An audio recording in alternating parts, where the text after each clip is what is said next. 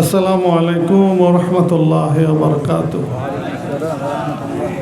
বিসমিল্লাহির রহমানির রহিম। নাহমাদুহু ওয়া নুসাল্লি আলা রাসূলিল কারীম। আল্লাহুম্মা সাল্লি আলা সাইয়্যিদিনা ওয়া নাবিয়িনা ওয়া শাফিইনা ওয়া হাবিবিনা মাওলানা মুহাম্মদ সাল্লাল্লাহু আলাইহি ওয়া আলা আলিহি ওয়া আসহাবিহি ওয়া বারাকা ওয়া সাল্লিম।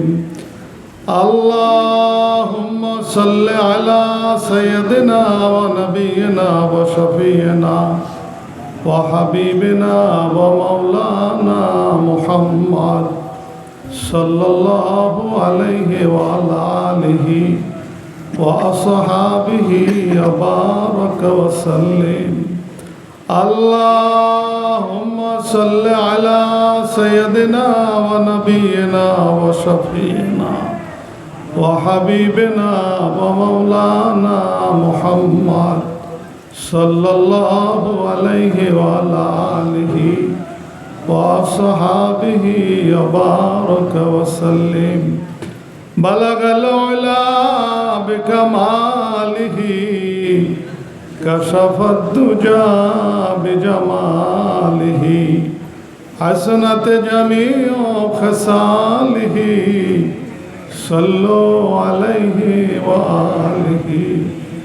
বালাগাল উলা বিকামালিহি কাশাফাদ দুজা বিজামালিহি হাসনাত জামিউ খসালিহি সাল্লু আলাইহি ওয়া আলিহি। আসসালাতু ওয়াসসালামু আলাইকা ইয়া রাসূলুল্লাহ। আসসালাতু ওয়াসসালামু আলাইকা ইয়া হাবিবাল্লাহ। আসসালাতু ওয়াসসালামু আলাইকা ইয়া শাফিয়াল মুজনবিন।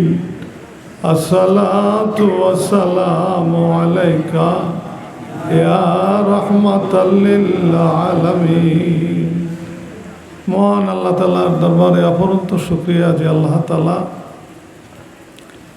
আমার মতো অদম আল্লাহ পাকের একজন গোলামকে আপনাদের সাথে এই কৌন্দিয়ার এই বাৎসরিক ওয়াজ মাহফিলের এই ময়দানে হাজির হওয়ার তৌফিক দান করেছেন। এই জন্য আল্লাহর দরবারে শুকরিয়া আদায় করি, আলহামদুলিল্লাহ।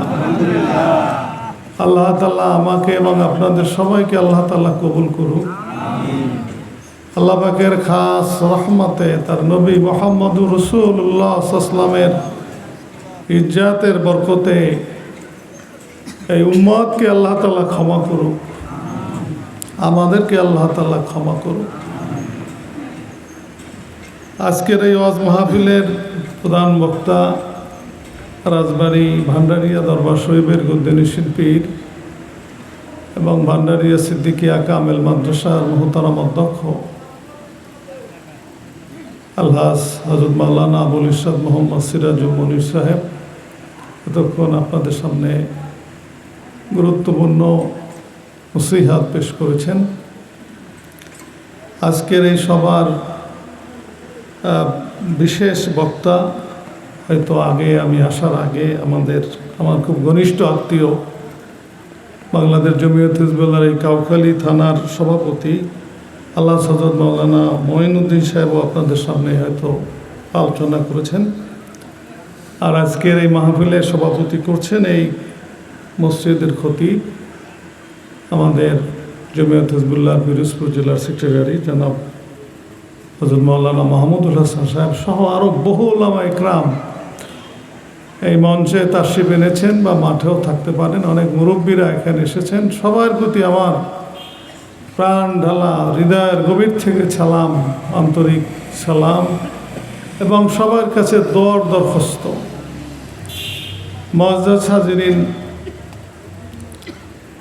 আমি খুব আশা নিয়ে এখানে আসছি। আল্লাহ পাকের ইচ্ছা, আমি সাধারণত মাহফিলে যাই না বা যাওয়ার মতো আমার যোগ্যতাও নেই। একটা আশা নিয়ে আসছি যে আপনাদের কাছে আসলে যদি আপনাদের সাথে আমার এই পরিচয়টা হয়, সম্পর্কটা হয়, তাহলে আপনাদের কাছ থেকে একটু দোয়া পাওয়া যাবে। আমি দোয়ার খুব মহতাজ, এখন জীবিত আছি, এখনো মহতাজ। আর আল্লাহর হুকুমে যখন ইন্তেকাল আমার হয়ে যাবে তখন তো আরও মহতাজ হব। এই জন্য আপনাদের কাছে বিনয়ের সাথে দোয়ার অনুরোধ করতেছি,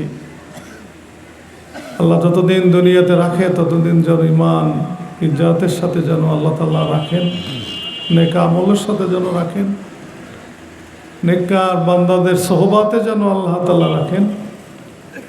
আর যখন আল্লাহর হুকুম হবে ইমানের সাথে যেন আল্লাহ তাআলার কাছে হাজির হওয়ার তৌফিক আল্লাহ তাআলা দান করেন। কবরে হাসরে সিরাতে যেন আল্লাহ তাআলা সাহায্য করেন, ইজ্জাত দান করেন। দুনিয়ায় আমাদের হাজার সম্মান, অর্থের কারণে, ক্ষমতার কারণে, ডিগ্রির কারণে, দলের কারণে, বংশের কারণে, কিন্তু পরকালে যদি এই ইজ্জত না থাকে, বেইজ্জতি হয়, এই সম্মানের কোনো মূল্য নাই। আমি যদিও এই এলাকারই মানুষ, আমাদের প্রধান বক্তা ভান্ডারিয়ার হুজুর রাজবাড়ির মানুষ, আমি বরিশালের মানুষ, আমার বাড়ি বেতাগিতে, বহু আত্মীয় স্বজন আমার এই অঞ্চলে, তো কখনো এই ধরনের অনুষ্ঠানে আমার আসার সুযোগ হয় নাই। শর্ষিনা শরীফে দীর্ঘদিন শর্ষিনা মাদ্রাসায় পড়াশোনা করছি। এই কাউখালী হয়ে এই শর্ষিনা তখন যেতে হতো, বনির লঞ্চে জালকাঠির থেকে উঠতাম, কাউখালী হইয়া স্বরূপকাঠি যেতাম। আমার মনে আছে তখন যাওয়ার সময় কাউখালীতে আমরা নেমে থাকতাম, হুলোর আর যাইতো, আবার ফিরে আসতো, আবার ওই লঞ্চেই চলে যেতাম। তো এই কাউখালী পাইলট, ওইখানে মসজিদ আছে, অফিস আছে, ওইখানে সময় কাটাইতাম। কাজে জীবনে আমার এই কাউখালী নিয়ে স্মৃতি এটা, এবং এটা আমার জীবনের খুব গুরুত্বপূর্ণ স্মৃতি, যেহেতু এই স্মৃতিটা শর্ষিনাকে কেন্দ্র করিয়া, আমার ছাত্র জীবনকে কেন্দ্র করিয়া। আমি দৃঢ়ভাবে বিশ্বাস করি, একদম বিশ্বাস করি, এবং বুঝে শুনে বিশ্বাস করি, বুঝে শুনে আপনাকে বলছি, আল্লাহ তাআলা এই দুনিয়াতে এ পর্যন্ত আমাদেরকে যে ইজ্জাত, আমাকে যে ইজ্জাত সম্মান দিছে, এর বড় একটা কারণ এই শর্ষিনা দরবার শরীফ, শর্ষিনা মাদ্রাসার ছাত্র হওয়া, শর্ষিনা হযরত পীর সাহেব কেবলার সাথে সম্পর্ক রাখার কারণে। আমরা যদি শর্ষিনা মাদ্রাসায় না পড়তাম, বা শর্ষিনার মতো এই ধরনের হক দরবারের সাথে যদি সম্পর্ক আমাদের না থাকতো, আল্লাহ জানে যে আমাদের ঈমান, আকীদা, আমলের কি অবস্থা হতো। আল্লাহ পাকের শুকর আদায় করি যে এখন পর্যন্ত আমরা জন্মগতভাবেই শর্ষিনা দরবারের সাথে আমাদের সম্পৃক্ততা, এরপরে শর্ষিনা পড়েছি প্রায় 10-11 বছর, এরপরে শর্ষিনা থেকে যাওয়ার পরে অদ্যাবধি হুজুরের সাথে, দরবারের সাথে, দরবারের বিভিন্ন কাজের সাথে ক্ষুদ্রভাবে, সামান্যভাবে যে সম্পৃক্ততা, তাতে আমার নিজের উপলব্ধি যে আমাদের দুনিয়া ও আখিরাতের জন্য নেককার বান্দাদের সাথে, যেমন হক সিলসিলার সাথে সম্পর্ক রাখা আমাদের খুব জরুরি। শর্ষিনা থেকে আমি ঢাকা বিশ্ববিদ্যালয়ে, আমি আজকে প্রধান বক্তা একত্রে শর্ষিনা থেকে কামেল পাশ করছি, ঢাকা বিশ্ববিদ্যালয়ে আমরা পড়াশোনা করছি, এরপরে দীর্ঘদিন ঢাকায় আমরা আছি। স্বাভাবিক বহু বড় পরিমণ্ডল, বহু জ্ঞানী, বহু দল, বহু মত, বহু চাকচিক্য, বহু অর্থ, ক্ষমতা, যখনই অন্য কোনো বিষয় আমাদের মাথায় আসছে বা আমার মাথায় আসছে, তখনই আল্লাহ তাআলার তরফ থেকে একটা বুঝ, কখনো স্বপ্নের মাধ্যমে, কোনো নিজের অনুভূতির মাধ্যমে একটা বুঝ আসছে যে না, আমরা যে রশ্মি ধরে আছি, আমরা যে পথ ধরে আছি, এ পথটা একটা সঠিক পথ। এই পথ আমাকে মঞ্জিলে মাকসাদে পৌঁছায় দেবে যদি আমি ধরার মতো ধরতে পারি। আপনারা কাউখালীর মানুষ, এত সর্বকাটি কাউখালী পাশাপাশি থানার মানুষ, শর্ষিনার আপনারা প্রতিবাসী। আল্লাহ পাকের অনেক নিয়ামত এই হক্কানি দরবারগুলো আমাদের জন্য। বর্তমানে যে ফেতনার সময় আমাদের ঈমান বাঁচানো, আমাদের আকীদা ঠিক রাখা, ইখতিলাফি বিষয়ের ব্যাপারে আমরা কোনটা অনুসরণ করব, এই বিষয়ে সিদ্ধান্ত নেওয়ার জন্য এই ধরনের হক দরবার আবশ্যকতা খুবই খুবই খুবই, এইটা আপনাদের বুঝতে হবে। আল্লাহ পাকের শুকুর যে আমরা এখনো শশীনাকে ধরে থাকতে পারছি। আমি আপনাদেরকে অনুরোধ করি, আপনারাও মনে হয় সবাই শশীনাকে ভালোবাসেন, শশীনাকে মহব্বত করেন, বিভ্রান্ত হবেন না। বাংলাদেশে বহু হক দরবার, হক আলেম ওলামা, তরিকা সিলসিলা আছে, নাই সেটা আমরা বলছি না, কিন্তু হক সিলসিলার ভিতরে অন্যতম একটা সিলসিলা, অন্যতম একটা মাসলাক শশীনা মাসলাক, শশীনা দরবার, এতে কোনো সন্দেহ নাই। শত বছরের চেয়েও বেশি সময় ধরে এটা দেশে প্রমাণিত হয়েছে, এবং এই মাসলাকের আদর্শ অনুসরণ অনুশীলনে শুধু মুক্তিই না, বরং আমাদের একটা শ্রেষ্ঠত্ব, আমাদের একটা আলাদা মর্যাদা আল্লাহ তাআলার পক্ষ থেকে আমরা পাইতেছি, কোনো সন্দেহ নাই এতে। আল্লাহ তাআলা শশীনা দরবারের বাণী শাহ সুবি নেসারউদ্দিন আহমদ রহমতুল্লাহ দরজাকে আরো বলন্দ করুক আল্লাহ তাআলা। তারপরে মরহুমর্জুদ পীর সাহেব কিবলা শাহ আবু জাফর মোহাম্মদ সাদ রহমতুল্লাহ দরজাকে আল্লাহ তাআলা বলন্দ করুক, তার রুহানি তাওয়াজ্জ আমাদেরকে মঞ্জুর করুক। বর্তমান পীর সাহেব কিবলা দীর্ঘদিন যাবত অসুস্থ, আমরা দোয়া করি আল্লাহ তাআলা হুজুরকে সুস্থতা দান করুক, সকল কষ্ট দূর করুক, নেক হায়াত দান করুক। দুদিন আগেও হুজুরের সাথে দেখা হয়েছে, আমি দোয়া চাই আপনাদের কাছে হুজুরের জন্য। মুআজ্জাজ হাজিরিন, আমি খুব বেশি সময় আপনাদের নষ্ট করব না, বেশি কষ্ট দেব না। আমরা চাই নেক আমল করতে, এরপরও আমরা পারি না, এটাই একটা বাস্তবতা। জানি নেক আমল করার কথা, জানি নেক আমল যদি না করি তাহলে কি আল্লাহর পক্ষ থেকে কবরে হাসরে শাস্তি হবে, আমাদের দুনিয়ায় অশান্তি অকল্যাণ হবে। এরপরও আমরা কিন্তু নেক আমল করতে পারি না। এর কারণ শয়তান আমাদেরকে ওয়াসওয়াসা দেয়, পরিবেশ আমাদেরকে গুনার দিকে ধাবিত করে, বন্ধু বান্ধব তাহলে আমরা উৎসাহিত হই, গাফেল হই নেক আমল থেকে। আর এই গাফলাতি, এই অলসতা, এই শয়তানি ওয়াসওয়াসা দূর করার জন্যই হক্কানি ওলামা ইকরাম, হক্কানি মাশায়েখ এজামের সাথে আমাদের মজবুত সম্পর্ক দরকার, অন্য কোনো কারণে না। দুনিয়ার সম্পদ ক্ষমতা অর্জনের জন্য না, বরং আমার ঈমান, আমার আমল, আমার আকীদা ঠিক রাখা, নেক আমলে আমার মনোযোগ সৃষ্টি হওয়া, বা নেক আমল যেগুলো করি সেগুলো আল্লাহর সন্তুষ্টি মোতাবেক সম্পন্ন করার মতো মন তৈরি হওয়ার জন্যেই হক্কানি ওলামা ইকরাম, হক্কানি মাশায়েখ এজামদের সাথে আমাদের সম্পৃক্ততা দরকার। আমরা শশীনা দরবারকে, শশীনার হযরত পীর সাহেব কিবলাকে বা এই মাসলাককে এজন্যই ভালোবাসি, অন্য কোনো কারণে নয়। হাজার হাজার মানুষ আল্লাহওয়ালা হয়েছে এই দরবারের মাধ্যমে। কাজেই কোনো কিছুতে যেন আমরা বিভ্রান্ত না হই।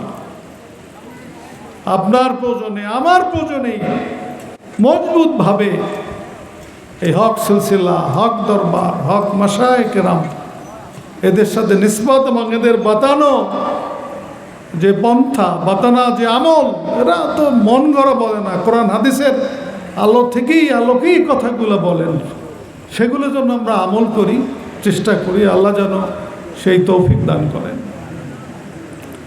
মুআজ্জাজ হাজিরিন, মৃত্যু আমাদের জীবনের একটা অতি বাস্তবতা। আল্লাহর নবী হযরতে মুহাম্মদুর রাসূলুল্লাহ সাল্লাল্লাহু আলাইহি ওয়াসাল্লামের যে পৃথিবীতে আল্লাহ তাআলার কাছে কেউ প্রিয় ব্যক্তি আর ছিলেন না, সম্মানের ব্যক্তি আর ছিলেন না। গোটা মাখলুকের ভিতরে সর্বশ্রেষ্ঠ আল্লাহ পাকের প্রিয় মানুষকে মুহাম্মদুর রাসূলুল্লাহ সাল্লাল্লাহু আলাইহি ওয়াসাল্লাম, সৃষ্টির উৎস, সৃষ্টির কারণ সে, এবং কাল কিয়ামতে আমাদের নাজাতের উসিলা হবে, তার শাফাআত ছাড়া কেউ নাজাত পাবে না। সে আল্লাহর হাবিব মুহাম্মদুর রাসূলুল্লাহ সাল্লাল্লাহু আলাইহি ওয়াসাল্লাম কি দুনিয়ার থেকে বিদায় হয়েছে মাত্র 63 বছর বয়সে। কাজে আমি আপনি ভাবতে পারি যে অনেক দিন হয়তো বাঁচবো, এটা আমাদের মনের একটা অশ্বাসা, কিন্তু আজকেও আমার মৃত্যু হতে পারে। এই জন্য মৃত্যুকে খুব কাছে মনে করা দরকার, মৃত্যুকে খুব বারবার স্মরণ করা দরকার। আম্মা জান হযরত আয়েশা রাদিয়াল্লাহু তাআলা আনহা রাসূলুল্লাহ সাল্লাল্লাহু আলাইহি ওয়াসাল্লামকে জিজ্ঞাসা করলেন যে ইয়া রাসূলুল্লাহ, আমাদের মধ্যে সবচেয়ে বুদ্ধিমান বা সৌভাগ্যবান কে? রাসূলুল্লাহ সাল্লাল্লাহু আলাইহি ওয়াসাল্লাম বললেন যে বেশি বেশি মৃত্যুর কথা স্মরণ করে। দেখেন কত তাৎপর্যপূর্ণ উত্তর রাসূলুল্লাহ সাল্লাল্লাহু আলাইহি ওয়াসাল্লাম দিয়ে দিলেন। এজন্য আমরা মৃত্যুকে যেন স্মরণ করি। মৃত্যুকে স্মরণ করলেই গুনাহ করতে আমাদের অন্তরে ভয় হয়ে যায়। রাসূলুল্লাহ সাল্লাল্লাহু আলাইহি ওয়াসাল্লাম বলছেন যে আমি একটা কদম উঠাই, আমি মনে করি না যে আর একটা কদম দেওয়ার আগে আমার মৃত্যু বিলম্ব হবে, এটা আমি মনে করি না, বরং আমি মনে করি যে এক কদম দিছি আর এক কদম দেওয়ার আগে আমার মৃত্যু হয়ে যাইতে পারে। আল্লাহর নবী হয়ে দেখেন সে মৃত্যুকে কত নিকটে মনে করত। আর আমরা বেহাল আছি, দুনিয়ার লোভ লালসা ক্ষমতা অর্থ মনে করি দেরি আছে মৃত্যু। এই জন্য ভাইরা আমরা বেশি বেশি যেন মৃত্যুর কথা স্মরণ করি। আল্লাহ নিজে কোরআনে বলছেন যে হে রাসূল, আপনিও মৃত্যুবরণ করবেন এবং তারাও মৃত্যুবরণ করবে, সমস্ত মানুষ মৃত্যুবরণ করবে। আমাদের এমন কোনো মানুষ নাই যে বলতে পারবেন যে আমার বংশের বা আমার আত্মীয় স্বজনের কেউ মৃত্যুবরণ করে না, এরকম কোনো মানুষ কি আছে? নাই। আমরা বলতে পারবো না যে আমার চেয়ে যারা মারা গেছে সবাই আমার চেয়ে বয়সে বেশি, বরং আমার চেয়ে কম বয়সের মানুষও কিন্তু অনেক মারা গেছে। এজন্য যে কোনো মুহূর্তে আপনার আমার মৃত্যু হতে পারে। আর আল্লাহ তাআলা আমাদেরকে জীবন দান করেছেন এবং আল্লাহ তাআলা আমাদেরকে মৃত্যু দান করবেন। আর আল্লাহ পাকের এই জীবন এবং মৃত্যু দেওয়ার উদ্দেশ্য একটা পরীক্ষা করা। আল্লাহ নিজে বলছেন যে আল্লাযী খালাকাল মাউতা ওয়াল হায়াতা লিয়াবলুয়াকুম আইয়ুকুম আহসানু আমালা। যে আল্লাহ ওই সত্তা যিনি তোমাদের জীবন এবং মৃত্যুকে সৃষ্টি করেছে এবং এজন্য করেছে যে তোমাদেরকে পরীক্ষা করবে যে তোমাদের মধ্য থেকে কে উত্তম আমল করে, বেশি নেক আমল করে। কাজে আল্লাহ তাআলা এই পৃথিবীতে আমাদেরকে যে জীবন দিয়েছে উদ্দেশ্য একটাই, নেক আমল করা। আমরা দুনিয়ার ঘর সংসার কামাই রোজগার যা করি না কেন, এগুলো যদি আল্লাহ পাকের হুকুম মতো হয়, আল্লাহ পাকের তরিকা মতো হয়, এগুলো নেক আমলের ভিতরে গণ্য হবে। আর যদি আমরা নামাজ রোজা যা করি এগুলো যদি আল্লাহর হুকুম মতো না হয়, আল্লাহর তরিকা মতো না হয়, তাহলে এগুলোও কিন্তু নেক আমলের মধ্যে গণ্য হবে না। নামাজ যখন পড়া নিষিদ্ধ তখন যদি কেউ নামাজ পড়ে ওই নামাজ হবে? কেউ যদি ফজরের ওক্তে জোহর পড়ে তার নামাজ হবে?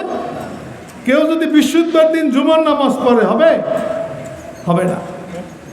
এজন্য আমাদের দুনিয়ার কাজ, সেটা কামাই রোজগার বলি, জনসেবা বলি, মানব কল্যাণ বলি, মানবতার সেবা বলি, যেটা বলি না কেন, সেটা যদি আল্লাহর হুকুম, আল্লাহর নির্দেশ, আল্লাহর পথ অনুযায়ী হয়, আল্লাহর নবীর তরিকা অনুযায়ী হয়, তাহলে সেটা নেক আমল হিসেবে গণ্য হবে। হালাল কামাই উপার্জন করা, আমাদের পরিবার পরিজন লালন পালন করা, অসুস্থ ব্যক্তির সেবা করা, অসহায় মানুষকে সাহায্য করা। আজকে অনেক মানুষ এই কাজগুলোকে খুব ভালো কাজ মনে করে, আমরাও মনে করি, ইসলাম মনে করে, কোরআন হাদিসেও মনে করে, কিন্তু এই অর্থ এ না যে নামাজ পড়া লাগবে না, ও অর্থ এ না যে রোজা রাখা লাগবে না, এ অর্থ এ না যে হালাল হারামের তমিজ করা লাগবে না, এটা কিন্তু না। এটা ঠিক রেখেই ওই কাজগুলো কিন্তু করতে হবে। আল্লাহ তাআলা সেই তৌফিক আমাদেরকে দান করুন। মুআজ্জাজ হাজিরিন, আমি খুব অল্প সময় কথা শেষ করব। আমাদের প্রধান বক্তা যে আলোচনাগুলো করেছেন এই আলোচনাগুলো কি আমাদের শোনার জন্য না বলার জন্য না আমল করার জন্য? আমল করার জন্য। মানুষের বলার চেয়েও আমল করা দরকার বেশি, শোনার চেয়েও আমল করার দরকার বেশি। আমরা অনেক বলতে পারি, অনেক সময় অনেকে শুনি, কিন্তু দুর্ভাগ্য অনেক সময় অনেকে বেশি আমল করি না, বা যতটুকু প্রয়োজন ততটুকু আমরা আমল করি না। আমরা অনেক সময় কোরআন হাদিস যখন শুনি খুব সুখ পাই, আনন্দ পাই, কিন্তু অন্তর দিয়ে বিশ্বাস করি না। ওটা বিশ্বাস করলে তো এটা দৃঢ়ভাবে আমি থাকতাম, দৃঢ়ভাবে এটা আমল করতাম। নবীদের পরে সবচেয়ে মর্যাদা সাহাবা একরাম রাদিয়াল্লাহু তাআলা আনহুদের। এর কারণ এরা আল্লাহর নবীকে সবচেয়ে বেশি ভালোবাসত। এরা কোরআনের হুকুমকে, আল্লাহর নবীর সুন্নাহকে, হাদিসকে, বাণীকে সবচেয়ে বেশি বিশ্বাস করত। জাগতিক বিষয়গুলো তারা বিশ্বাস করত। কিন্তু আমাদের আজকে নানা ওয়াসওয়াসার কারণে এই বিশ্বাসগত অনেক ত্রুটি আমাদের আছে, যে কারণে আমাদের আমলে তারাক্কি হয় না, যে কারণে আমাদের মনের মধ্যে আমলের আগ্রহ পয়দা হয় না। আপনারা একজন সাহাবীর নাম শুনেছেন, সবাই আলেম ওলামা এখানে আছেন, ঘটনাটা জানেন যে হযরত আবু যর গফারি রাদিয়াল্লাহু তাআলা আনহু জলিল কদর সাহাবী ছিলেন আল্লাহর নবীর।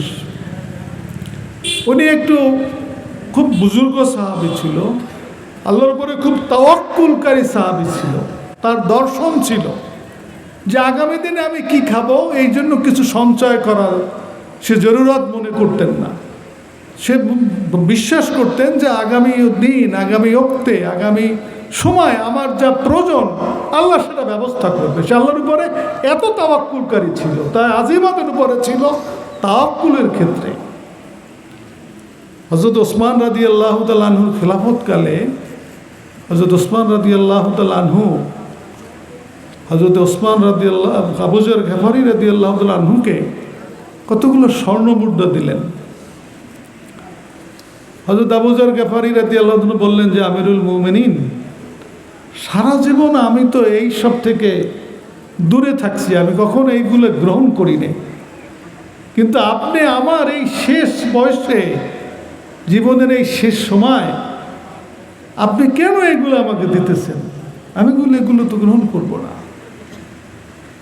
হযরত ওসমান রাদিয়াল্লাহু তাআলা বললেন যে আল্লাহর নবীর সাহাবী আবু যর, আমি জানি আপনার কথা, কিন্তু আপনার একটা মেয়ে আছে, আপনার একজন স্ত্রী আছে, আপনার যে বয়স হয়েছে যে কোনো সময় আপনার মৃত্যু হয়ে যেতে পারে।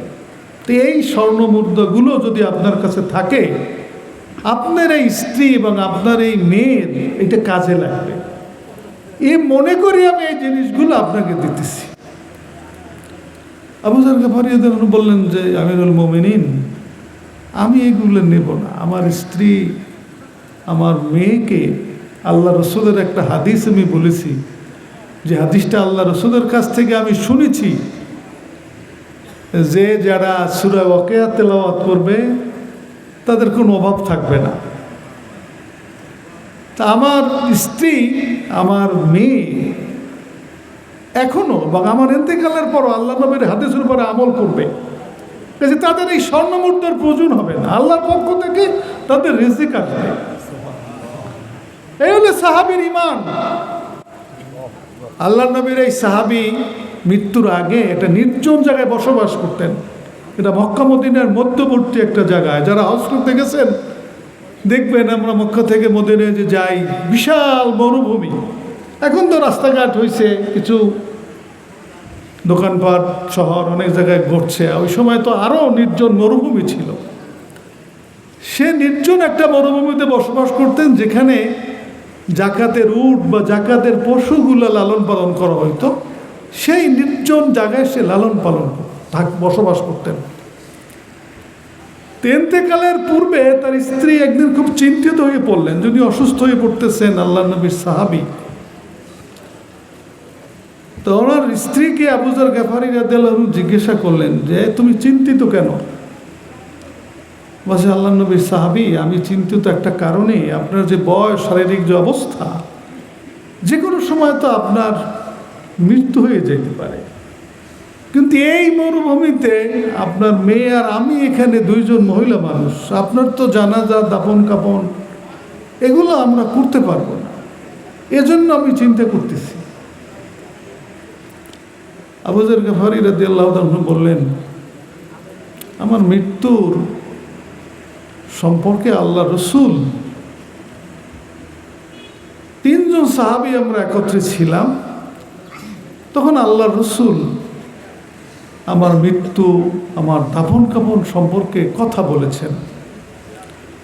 আমার নাম উল্লেখ করে বলেন নাই, কিন্তু যে কথাটা বলেছেন, আমার দুইজন সঙ্গী সাথী অন্য হালতে মৃত্যু হয়েছে, আল্লাহ নবী যেভাবে বলছেন সেভাবে তাদের মৃত্যু হয় নাই। তা আমার বিশ্বাস যে আল্লাহ রসুলের ওই কথাগুলো আমাকে উদ্দেশ্য করে আল্লাহ রসুল বলছেন।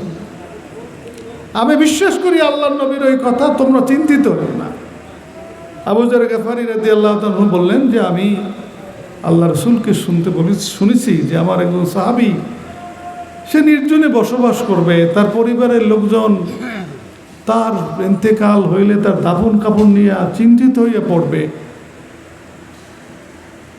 তখন হজের মৌসুমে তার মৃত্যু হবে আমার ওই সাহাবীর। প্রথম তার পরিবারের লোকজন রাস্তার পাশে যাইবে, যাওয়ার পরে একদল লোককে দেখতে পারবে, তাদেরকে দাওয়াত দেবে, তাদের জন্য আমার ওই সাহাবী মেহমানদারি আয়োজন করবে, তার কাছে কিছু হাদিস আমার সংরক্ষিত থাকবে যেগুলো সে আগে কখনো বলেনি, সে তাদের কাছে ওই হাদিসগুলা বর্ণনা করবে। এরপরে তারা তার কাছ থেকে চলে যাবে। যাওয়ার পরে আল্লাহ রসুল বলতেছেন আবু যর গফারিকে উদ্দেশ্য করে, এরপরে আল্লাহ নবী বলছেন যে আমার ওই সাহাবীর পরিবারের লোকজন এরপরে দেখবে যে ইন্তেকাল করছে আমার ওই সাহাবী, তখন পরিবারের লোকজন রাস্তার কিনারায় যেয়ে বসে থাকবে। তখন এক কাফেলা তারা মদিনার থেকে মক্কায় যাইবে, এবং ওই কাফেলায় আমার সাহাবীদের মধ্যে শ্রেষ্ঠ ফকিহ থাকবে। সে সংবাদ পাইবে আমার ওই সাহাবীর ইন্তেকালের সংবাদ পাইয়ে সে আমার ওই সাহাবীর দাফন কাফনের ব্যবস্থা করবে। আবু যর গফারি রাদিয়াল্লাহু বললেন যে আমি বিশ্বাস করি, যেহেতু আমার ওই দুইজন সঙ্গী অন্য হালতে মৃত্যু হয়েছে, তা আল্লাহর নবীর ওই হাদিসটা ছিল আমি আবু যর গফারি সম্পর্কে। তোমরা আমার মৃত্যুর পর বা মৃত্যুর আগের অবস্থা নিয়ে চিন্তা করো না, তোমরা রাস্তায় যে অপেক্ষা করো। ঠিকই আবু যর গফারি রাদিয়াল্লাহু যখন অসুস্থ হইলেন, একেবারে মুমূর্ষ অবস্থা হইলেন, তার স্ত্রী রাস্তার পাশে যে অপেক্ষা করলেন। মদিনার থেকে একদল লোক যাইতেছিলেন, তার আবু যর গফারি রাদিয়াল্লাহু তাআলার সালাম জানাইলেন, এদিকে মেহমানদারির আয়োজন করলেন। তারা আসলেন, আসার পরে তারা দেখলেন যে আল্লাহ নবী সাহাবী আবু যর গফারি রাদিয়াল্লাহু এভাবে মৃত্যু শয্যায় শায়িত। তখন তাদেরকে মেহমানদারি করলেন এবং তাদের কাছে ওই হাদিসগুলো বর্ণনা করলেন আবু যর গফারি রাদিয়াল্লাহু তাআলা, যে হাদিসগুলো সে আগে কোথাও বর্ণনা করে নাই। এরা চলে গেলেন। এর কিছুক্ষণ পরেই বা কিছু দিন পরেই হযরত আবু যর গফারি রাদিয়াল্লাহু আনহু ইন্তেকাল হইলেন ওই নির্জন গুহায়, পাহাড়ে, নির্জন মরুভূমিতে। তার স্ত্রী ওই কথা অনুযায়ী ওই রাস্তার পাশে মরুভূমিতে থেকে বসে রইলেন। একদল কাফেলা আসতেছে।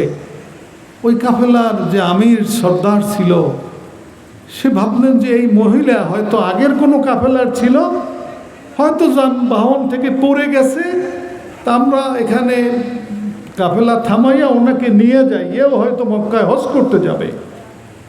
তখন তারা কাফেলা থামাইলেন, থামাইয়া ওই মহিলাকে সালাম দিয়ে বললেন যে আপনি আমাদের যে কোনো মহিলা আরোহীর সাথে আপনি ওঠেন, আপনি হয়তো কাফেলা মিস করছেন, আপনাকে আমরা মক্কায় পৌঁছিয়ে দেব নিরাপদে। তখন আবু যর গফারি রাদিয়াল্লাহু তাআলার স্ত্রী বললেন যে না না, আমি আল্লাহর নবীর সাহাবী হযরত আবু যর গফারি রাদিয়াল্লাহু তাআলার স্ত্রী। আল্লাহর নবীর সাহাবী আবু যর গফারি রাদিয়াল্লাহু তাআলা ইন্তেকাল করেছেন, তার দাফন কাফনের প্রয়োজন। আল্লাহর নবী তাকে বলছেন যে এই জমানার সাহাবা ইকরামদের মধ্যে শ্রেষ্ঠ ফকিহ সে তার দাফন কাফন করবে জামাত সহ। আমি জানি না আপনারা সেই কাফেলা কিনা। আমি আল্লাহ নবীর সাহাবী আবু যর গফারির ইন্তেকালের সংবাদ আপনাদের কাছে পৌঁছানোর জন্য এখানে বসে আছি। ওই কাফেলার আমির ছিলেন হযরত আব্দুল্লাহ ইবনে মাসউদ রাদিয়াল্লাহু তাআলা আনহু। তিনি চিৎকার দিয়ে বললেন যে আল্লাহু আকবার, আল্লাহু আকবার। তারপর ওই কাফেলা থামাইয়া তারা হযরত আবু যর গফারি রাদিয়াল্লাহু তাআলা আনহু গোসল, জানাজা, দাফন কাফন সম্পূর্ণ করলেন। আর সবাই ব্যাপারে একমত যে সাহাবায়ের মধ্যে সবচেয়ে বড় ফকি হযরত আব্দুল্লাহ ইবনে মাসউদ রাদিয়াল্লাহু তাআলা আনহু, যার থেকে কিন্তু হানাফি মাযহাবের অধিকাংশ মাসলাই কিন্তু আব্দুল্লাহ ইবনে মাসউদ থেকে ইমাম আবু হানিফা রাহমাতুল্লাহ আলাইহি কিন্তু নিয়েছে। আমি এই কথাটা এজন্য বললাম যে সাহাবীগো ইমাম দেখেন, ইন্তেকালের পরে তার দাফন কাফনের চিন্তাও করে নাই। আল্লাহ নবী ইশারায় বলছে, ডাইরেক্ট বলে নাই যে আবু জাফর তোমার এইভাবে দাফন হবে কাফন হবে, তা বলে নাই, ইঙ্গিতে বলছে। অন্য দুজন যেহেতু আমার আগে মারা গেছে, ওইভাবে মৃত্যু হয় নাই, তাহলে আমি মনে করতেছি আমি ওই ব্যক্তি যে আল্লাহ নবী যার সম্পর্কে বলছে তোমরা চিন্তা করেন। এবং ঠিকই দেখেন বাস্তব তাই হয়েছে। এজন্য আমরা কোরআন হাদিস যা শুনি তা বিশ্বাস করতে হবে ভাইরা, বিশ্বাস করতে হবে। আল্লাহ নবী যা বলেছে সত্য বলেছে,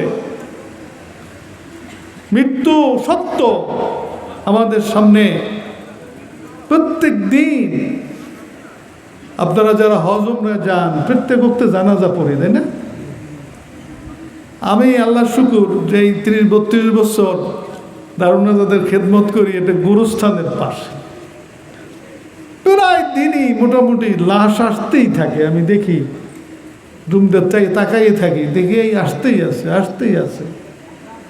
প্রায় দিন না হইলেও সপ্তাহে 2-3 দিন জানাজা পড়াই লাগে। একদিনে 3-4টে জানাজাও পড়া লাগে কবরস্থানের পাশের কারণে। বহু মানুষের নসিহত থাকে, ওসিয়ত থাকে যে জানাজা পড়ানোর।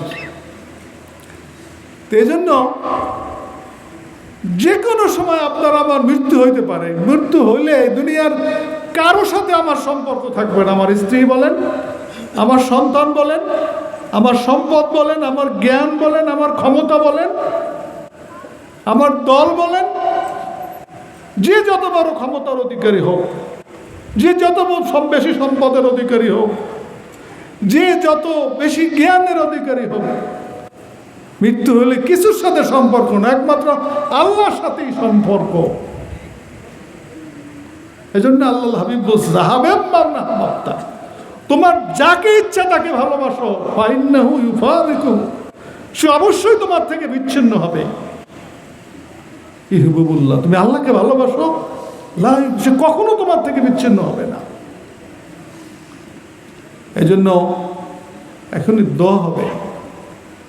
মৃত্যুর জন্য আমাদের তৈরি হওয়া দরকার। মৃত্যুর জন্য তৈরি হওয়া মানে গুনাহ থেকে তওবা করা দরকার। হুজুর বলছেন, তওবার কথা বলেছেন। আল্লাহ পাকের কত নিয়ামত, কত অনুগ্রহ আমাদের প্রতি।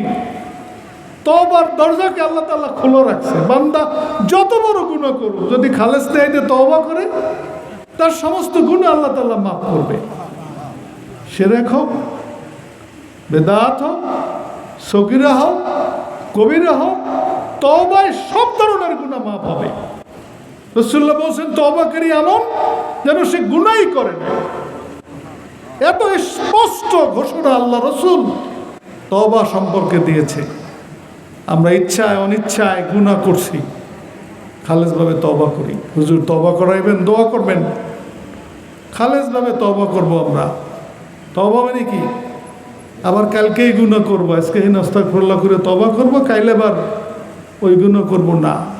তওবা এমন মনের এমন দৃঢ় ইচ্ছা বা নিজের এত মনের সংকল্প বা নিজের এত চেষ্টা যে ওই গুনার কাজ আমি কখনো করব না। ওই দৃষ্টান্ত হজরতে মনের দৃষ্টান্ত, যে গরুর বানের দুধ যেমন একবার বের হইলে ওই দুধ কখনো ওই দুধের ওলানে আর ঢুকানো সম্ভব না। সম্ভব?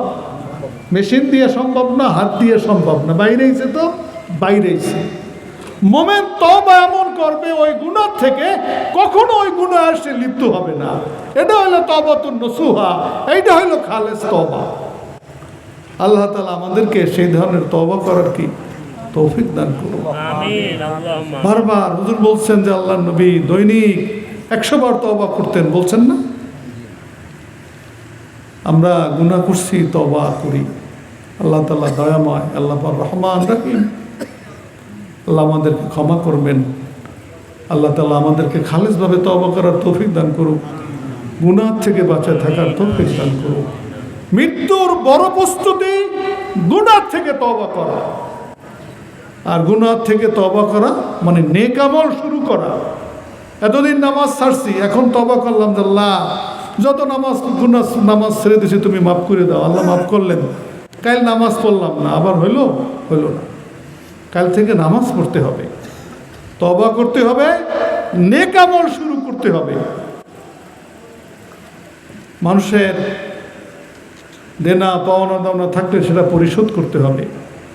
মানুষকে কষ্ট দিলে তার কাছ থেকে ক্ষমা চাইতে হইবে, কষ্ট দেওয়ার থেকে বিরত থাকতে হইবে। মানুষের হক আমার উপরে থাকলে সেগুলা আদায় করার চেষ্টা করতে হইবে। আমার আদায়ের সামর্থ্য না থাকলে ওসিয়াত করে যেতে হবে যেন ওইগুলো আদায় কেউ করে আমার পক্ষ থেকে, না মৃত্যুর জন্য তৈরি হওয়া। আল্লাহ তাআলা আমাদেরকে বুঝদান করুক। আমরা কেউ চাই না যে আমরা জাহান্নামে যাই, কেউ চাই না আমরা কবরের শাস্তি ভোগ করি, কেউ চাই না আমরা কিয়ামতের কঠিন ভয়াবহ অবস্থার সম্মুখীন হই। আর এজন্য আমাদের প্রয়োজন তওবা এবং নেক আমল করা। আর এই তওবা নেক আমল করার জন্যই দরকার সোহবতের। নানান রকমের অস্ত্র। আজকে মানুষ সোহবতের গুরুত্বকে বুঝতেছে না। আবার সত্যিকারে যাদের সোহবত পাইলে মানুষ উপকৃত হবে, ঈমান তাজা হবে, আমল ইসলাহ হবে, গুনাহ থেকে বিরত থাকবে, সেই ধরনের মানুষেরও এখন অভাব হয়ে যাইতেছে। দুই দিকেই ঘাটতি। আল্লাহ তাআলা উভয় দিকের ঘাটতি পূরণ করে দিক, দূর করে দিক আমাদের। আমরা যেন নিজেরা এই সোহবতকে গুরুত্ব দেই, আমরা সোহবত দিতে পারি এমন মানুষ আমাদের মধ্যে যেন তৈরি হয়ে যায়। দেখবেন শশীনা বর্তমান হুজুরে তওবা করায় পাগড়ি দিয়া, ছোট্ট ছোট্ট কথা বলে না যে 5 ওয়াক্ত নামাজ পড়বেন। সহজ কথা, হাদিস কোরআন দিয়ে সারাদিন হজ করি আমরা। এক কথায় 5 ওয়াক্ত নামাজ পড়বেন, হালাল হারাম বাচ্চা চলবেন, ঘরে পর্দা করবেন, বলে না, নীলাকুলুক ব্যবহার করবেন, দাড়ি রাখবেন, সুন্নাত তরিকা মোতাবেক জামা পরবেন। এক কথা দেন, এই 5-7 মিনিটে কিন্তু গোটা জিন্দেগিতে একজন মুমিনের যা প্রয়োজন সব কিন্তু তওবা করার পরে কিন্তু হুজুর বলে দেয়। আর এই কাজগুলো যাতে আমরা করতে পারি এজন্য আমাদেরকে কিছু কাজ দেয়। 5 ওয়াক্ত নামাজ আমরা পড়ি, সন্ধ্যার পরে আমরা 6 রাকাত তাওয়াবিন পড়ি। হুজুর বলছেন নফলের কথা। কাল কিয়ামতের দিন যখন ফরজে ঘাটতি হবে, তখন বান্দার আমল যখন মাপা হবে, দেখা যাইবে তার আমলে নেক আমল কম। ফেরেশতারা বলবে যে আল্লাহ, এই বান্দার তো গুনাহ বেশি, সব কম, বা তার আমল কম। তখন আল্লাহ তাআলা বলবেন, দেখো এই বান্দার কোনো নফল আছে কিনা ফরজের ঘাটতি পূরণের জন্য। তখন ওই নফল দিয়া ওই বান্দার ফরজের ঘাটতি আল্লাহ তাআলা পূরণ করে দেবে। সুবহানাল্লাহ। আর আমরা নফল পড়তে চাই না। আজকে হুজুর বলেছেন যে এক শ্রেণীর মানুষ সুন্নাতে মুআক্কাদাও তরক করা শুরু করছে, মনে করে লাগে না, খালি ফরজ পড়লেই চলে। অথচ রাসূলুল্লাহ সাল্লাল্লাহু আলাইহি ওয়াসাল্লাম বলেছেন,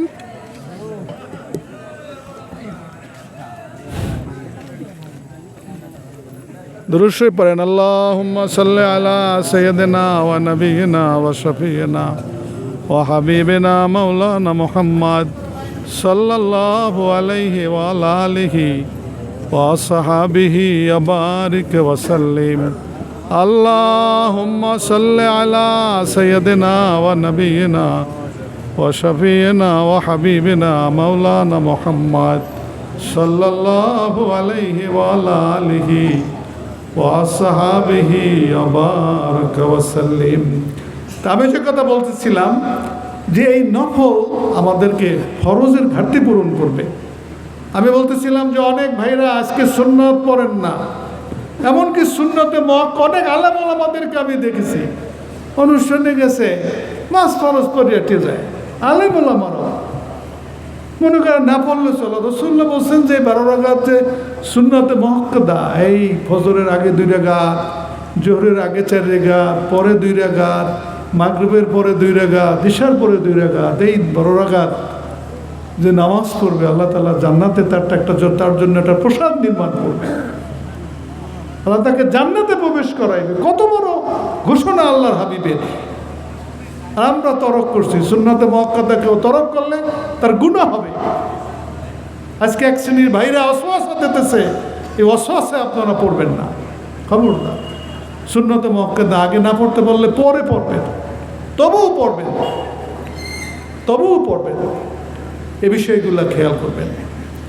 আর আপনারা ফরজ নামাজ জামাতের সাথে পড়বেন। পুরুষের জন্য জামাতে নামাজ পড়া আবশ্যক, অজেব, 27 গুণ সব বেশি হবে, হাদিসের মধ্যে আছে। রাসূলুল্লাহ সাল্লাল্লাহু আলাইহি ওয়াসাল্লাম বলছেন, যে ব্যক্তি ঈশার নামাজ জামাতে পড়ে এবং ফজরের নামাজ জামাতে পড়ে, আল্লাহ তাআলা ওই ব্যক্তির আমল নামায় সারা রাত্র নফল নামাজ পড়ার সব আল্লাহ তাআলা দান করে।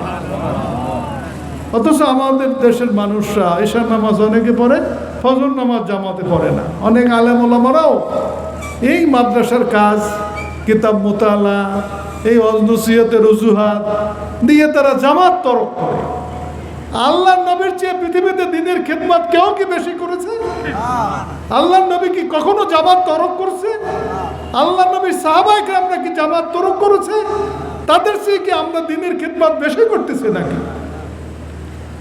সব খবরদার ভাইরা, দ্বীনের খেদমত গুনাহমুক্তভাবে করতে হবে। দ্বীনের খেদমত যদি গুনাহ জড়াইয়ে পড়ে তো ওই দ্বীনের খেদমতে কোনো ফায়দা নাই, কোনো বরকত নাই। এই জন্য দ্বীনের খেদমতের নামে অনেক সময় আলেম ওলামাদের মধ্যেও, আমাদের মধ্যেও জামাত তরকের গাফলাতিটা আসে। আল্লাহ মাফ করুক, আমাদেরকে থেকে হেফাজত যেন আল্লাহ তাআলা করে। আমি কথা শেষ করছি। হুজুর তওবা করাইবেন, দোয়া করবেন। আপনারা 5 ওয়াক্ত নামাজ জামাতের সাথে পড়বেন, কমপক্ষে সুন্নতে মুআক্কাদা পড়বেন, নফল নামাজ কমপক্ষে এই যে তরিকায় যে হাদিসের উপরে আমল করতে বলে, মাগরিবের পরে 6 রাকাত তাওবিনের নামাজ, ইশরাকের নামাজ, তাহাজ্জুদের নামাজ। দেখেন তাহাজ্জুদের নামাজ কত গুরুত্বপূর্ণ।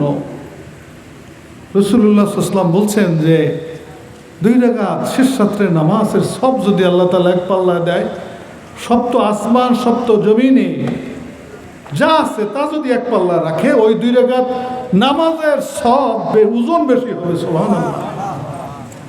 আমার একজন উস্তাদ ছিলেন, অনেক বুজুর্গ উস্তাদ, অহরহ তার সাথে আল্লাহ রাসূলের সাথে জিয়ারত হইত।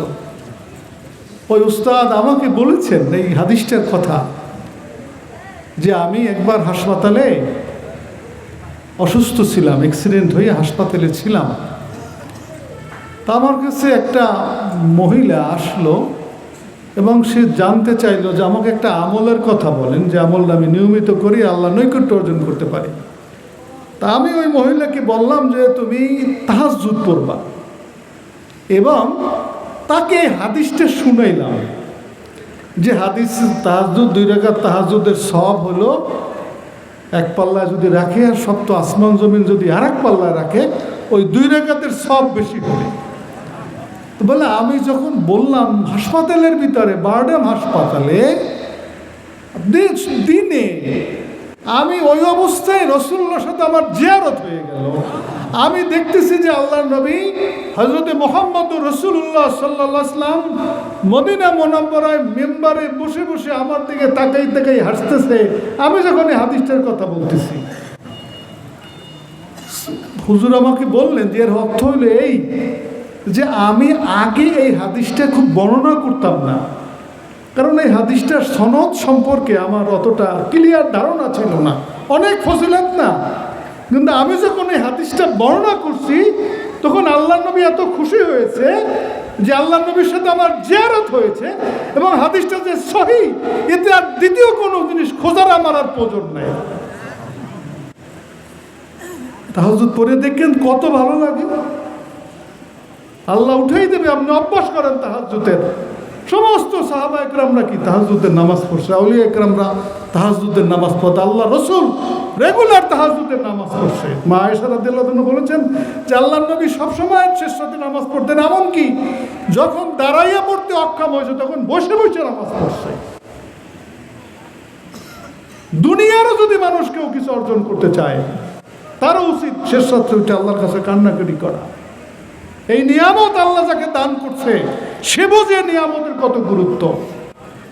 আজকে সাধারণ মানুষ তো দূরের কথা, আলেম ওলামারাও তাহাজ্জুদ পড়েন না, অথচ সাহাবা ইকরাম, আউলিয়া ইকরাম কখনোই আমল ছাড়তেন না। হুজুর বলছেন সকালে ফজিলতের কথা এরশাকের যে দ্বিগুণ, আমি আমাদের উস্তাদ মাদারী হুজুর ছিলেন, এখানে অনেকে শশীনের ছাত্র আছেন, আমরা তো শাহ সুফি নিসারুদ্দিন আহমদ রহমতুল্লাহকে দেখি নেই, তারা দেখছে, আমাদের উস্তাদরা দেখছেন। আমি মাদার হুজুরকে বললাম যে হুজুর আপনি তো দেখছেন শাহ সুফি নিসারুদ্দিন রহমতুল্লাহকে, উনি কীভাবে মোরাকাবা মোশাহাদা করতেন, কতক্ষণ করতেন? হুজুর বলেন যে ওই সময় তো আমাদের ঘড়ি ছিল না, তখন তো পুরান মসজিদ ওইদিকে, পুরান খানকা ওইদিকে, তো বলছে যে সকালবেলা হুজুর লোকজন নিয়ে এত সময় মোরাকাবা মোশাহাদা দোয়া দরুদ পড়তেন যে সূর্যগুলা নারকেল গাছের উপরে উঠে যাইত। মানে তখন তার ঘড়ি ছিল না, তো কাছে এত দীর্ঘ সময় সকালে তারা ওজিফা কালাম করতেন যে নারকেল গাছের উপরে সূর্য উঠে যেত, রৌদ্র উঠে যেত, এত সময় সকালে তারা এই আমল করতেন। আজকে আমরা ঘুমাই সকালে, স্বাস্থ্য খারাপ, রাত্রি উজাগার করি, ফেসবুক চালাই, নিয়ে ব্যস্ত থাকি, আর সকালবেলা এরশেক করি না, আমরা ঘুমাই। আল্লাহর ওলিদের সাথে সম্পর্ক থাকলে এরশেকের আমল করা হয়। একদম ছোট্ট একটা কথা বলি নিজের জীবনের, অন্য কিছু মনে করবেন না।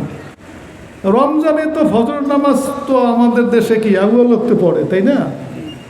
তা ঢাকায়ও তো আমরা ওইরকম আবুল লোকতে পড়িয়া তো আমরা অনেকে কী করি, এরশেক থেকে বাস চাই না, ঘুমাইয়ে যাই, যে অনেক দেরি এরশেক রক্তের, অন্য সময় তো এরশেক রক্ত তাড়াতাড়ি।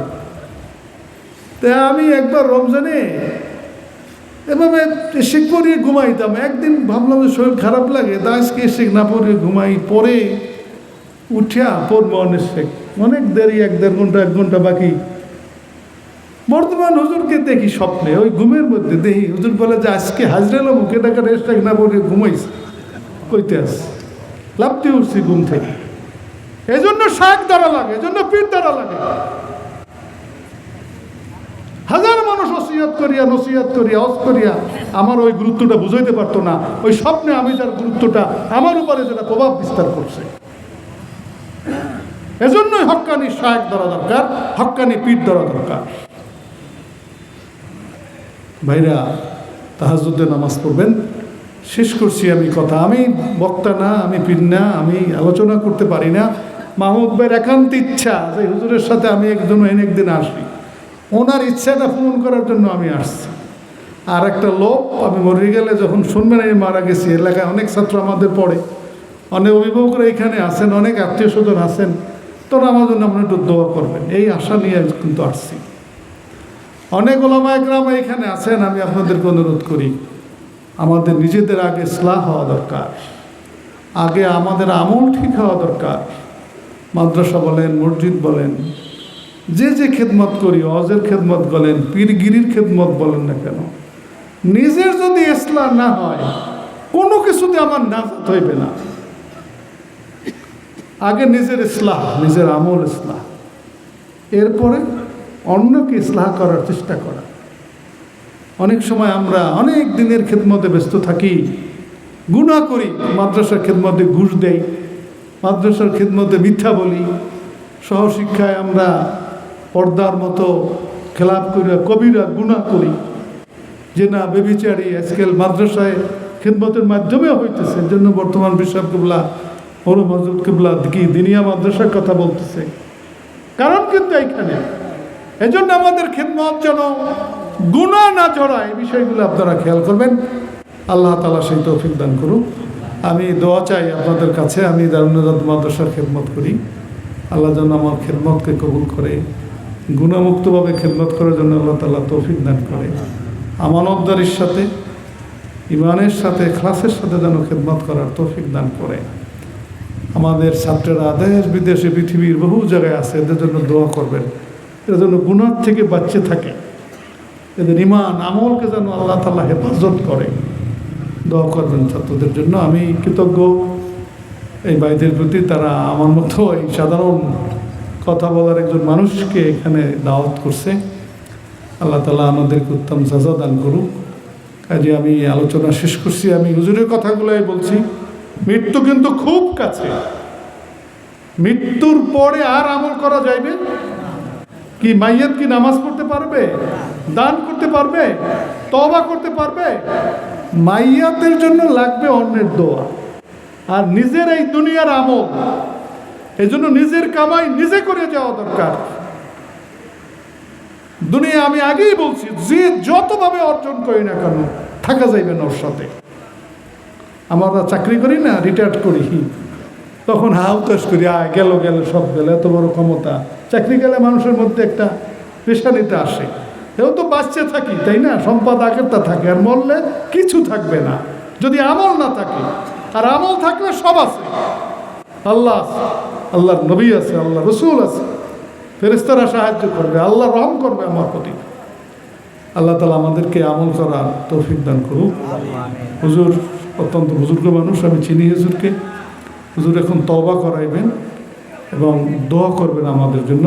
আগেই মিলাদ হয়েছে। আমি মাহফিলের আয়োজক যারা, তাদের যদি কোনো কথা থাকে কথা বলার জন্য অনুরোধ করতেছি, এবং বানহারিয়ার হুজুরকে তওবা করানোর জন্য এবং দোয়া করার জন্য অনুরোধ করতেছি। আগে মোহাম্মদ ভাই যদি কিছু বলার থাকে আপনি বলেন।